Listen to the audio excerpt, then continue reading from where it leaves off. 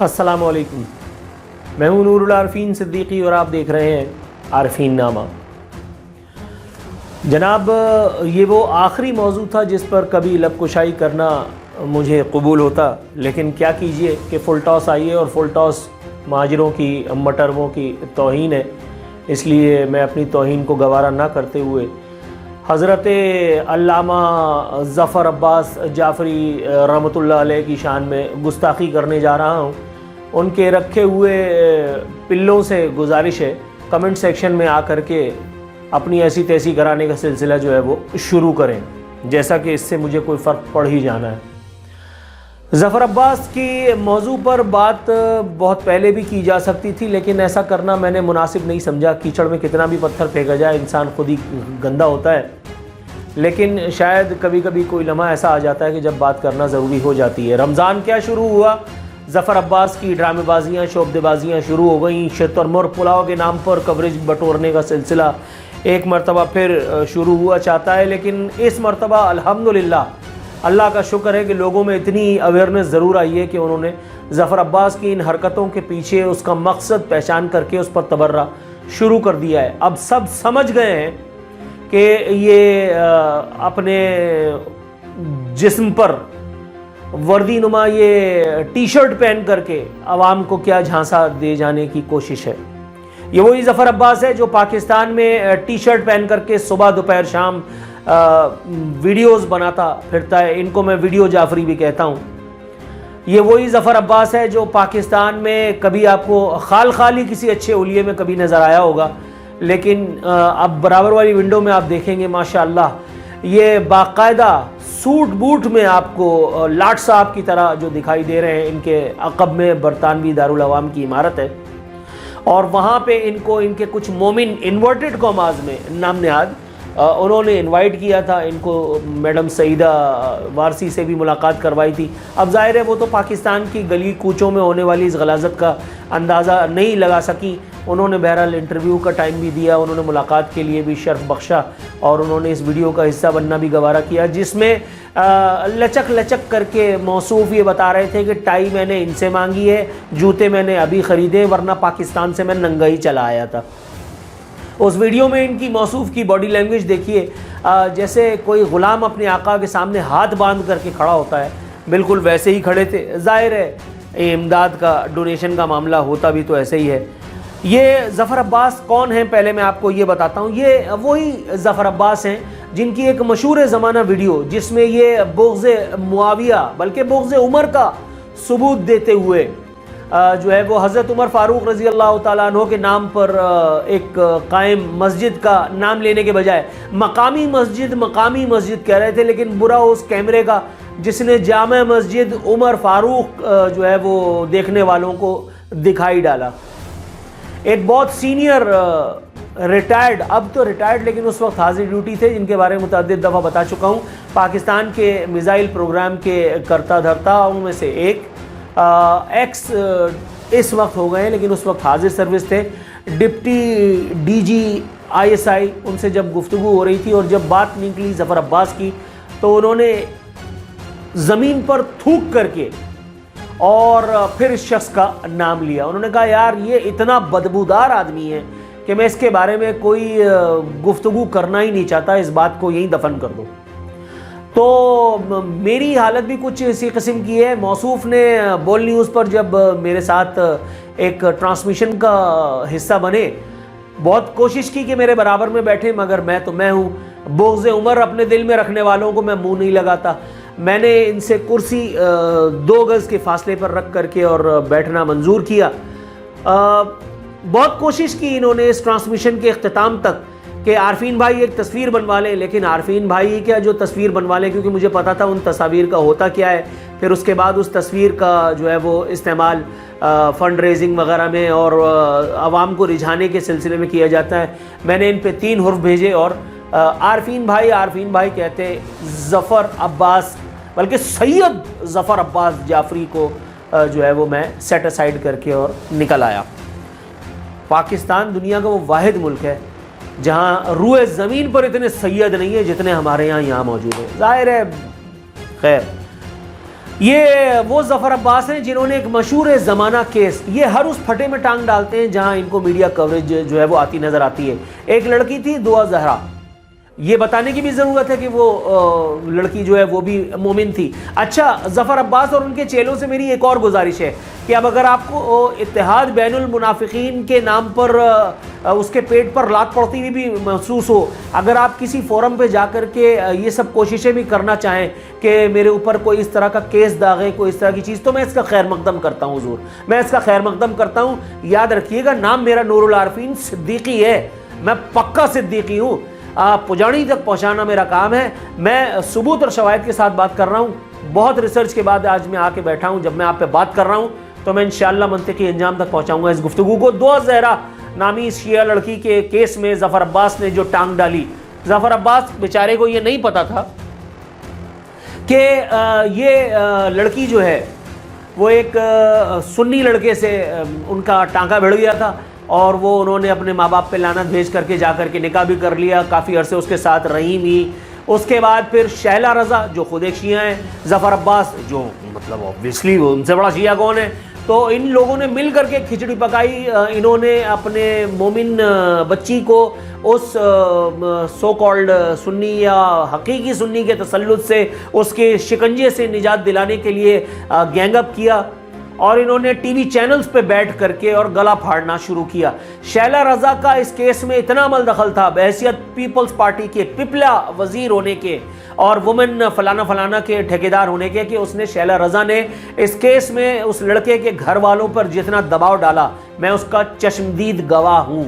میں اس کیس میں نیشنل ٹیلی ویژن پہ، وہ ہمارا ایک اور شیعہ جو ہے وہ صحافی تھا، سو کالڈ صحافی، جس کو پیپلز پارٹی نے ملیر کینٹ میں باقاعدہ گھر دلا رکھا ہے، نذیر لغاری، جن کے منہ میں دانت ہے نہ پیٹ میں آنت، جن کو میں نے کئی مرتبہ نیشنل ٹیلی ویژن پہ بھی ٹھکانے لگایا ہے، وہ دعا زہرا پہ بات کر رہے تھے تو میں نے اس کے بعد ان کی ساتوں ستونجی کے پینا دھانسا، اور میں نے ان سے پوچھا آپ کو پتا یہ لڑکی کون ہے؟ میں اس لڑکی کے باپ کو اس طرح جانتا ہوں کہ اس لڑکی کا باپ میرا اپنا ڈرائیور تھا، میرا اپنا ذاتی ڈرائیور، وہ باپ جو ظفر عباس کے ہتھے چڑھ کر کے، اور جس نے اس کیس کو خوب ایکسپلائٹ ہونے دیا اپنی جہالت میں۔ اس کے بعد پھر ایک دن دروازے پہ دستک دی اور آ کر کے مجھ سے کہہ رہے ہیں عارفین بھائی میری کوئی مدد کریں۔ میں نے کہا کیوں؟ شیعہ بھائیوں نے تمہیں استعمال کر کے پھینک دیا، اب آئے ہو تم میرے پاس، جاؤ نا ان مومنوں سے جا کر کے اپنے ایمان کو بچانے کی بھیک مانگو۔ بیچارے گود میں ایک ننھی سی بچی لے کر کے پچھلے دنوں بھی میری ان سے ملاقات ہوئی تھی، مجھے بتایا نہیں انہوں نے کہ وہ بچی کون ہے، لیکن میں اچھی طرح جانتا ہوں کہ وہ بچی کون ہے۔ خیر بہرحال دعا زہرا کے کیس کو ظفر عباس نے حد المقدور اپنی میڈیا کوریج کے لیے استعمال کیا۔ یہ الگ بات کہ جب میرے سامنے اس کیس کے عقدے کھلے، جب میں پروگرام کیا کرتا تھا بول نیوز پر، اب پتہ چلا، جس میں میں اور نذیر لغاری ایک ایز این ایکسپرٹ بیٹھا کرتے تھے، تو میں نے اس کیس کے پرخچے اڑا دیے۔ میں نے بتایا کہ شہلا رضا نے کس طرح سے اس کیس کو خراب کرنے کے لیے اپنی پوزیشن کا استعمال کیا، اور کس طرح سے انہوں نے اتحاد بین المسلمین کے انورٹڈ کاماز میں فروغ کے لیے دعا زہرا کو جو ہے اس کے والدین کو اس کیس میں رگڑا۔ جناب من، میں آپ کو یہ بھی بتا دوں کہ ظفر عباس صاحب کہنے پہ اگر یہ برا مان جائیں تو میں ظفر عباس جعفری کہہ دیتا ہوں۔ برابر والی ونڈو میں ایک چشم کشا خبر ذرا پڑھیے۔ یہ اتنے نیکوکار ہیں کہ ان کے دھڑا دھڑ جتنے منصوبے ہیں سب پیپلز پارٹی کی چھتر چھایا میں۔ یہ بتانے کی ضرورت ہے کہ پیپلز پارٹی شیعہ قومی موومنٹ ہے MQM کے بعد۔ نہ میرے دل میں شیعوں کا کوئی بغض ہے، میرے اپنے ذاتی بہترین دوستوں میں شیعہ موجود ہیں جن سے مجھے محبت ہے، جو مجھ سے محبت کرتے ہیں۔ علامہ جواد نقوی کا دلدادہ ہوں، ان کی جو اپ فرنٹ ہو کر کے جو وہ سٹانس لیتے ہیں even against سنیز، I love that۔ مگر شہنشاہ نقوی جیسوں کو میں نہیں سننا چاہتا، نہ سنتا ہوں، جن کے دل میں بغض عمر اور ابو بکر جو ہے بھرا ہے، چاہے وہ نام میں ان کے صاحب لے کر کے رضی اللہ عنہ کہہ کر کے بات کریں، لیکن جب وہ بات کرتے ہیں تو اس بات کی تہ میں بدبو جو ہے وہ آپ کے نتنوں تک بہرکیف پہنچ ہی جایا کرتی ہے۔ اس ویڈیو کو بھی اگر آپ کسی فورم پہ استعمال کرنا چاہیں تو میں آپ کا خیر مقدم کروں گا، آپ کو پوری اجازت ہے۔ جناب سید ظفر عباس جعفری کی اس نام نہاد میڈیا کوریج بٹورنے والی organization JDC Jafaria disaster cell یا ڈیزاسٹر واٹ ایور سیل جو ہے، اس کے لیے ایک زبردست قسم کی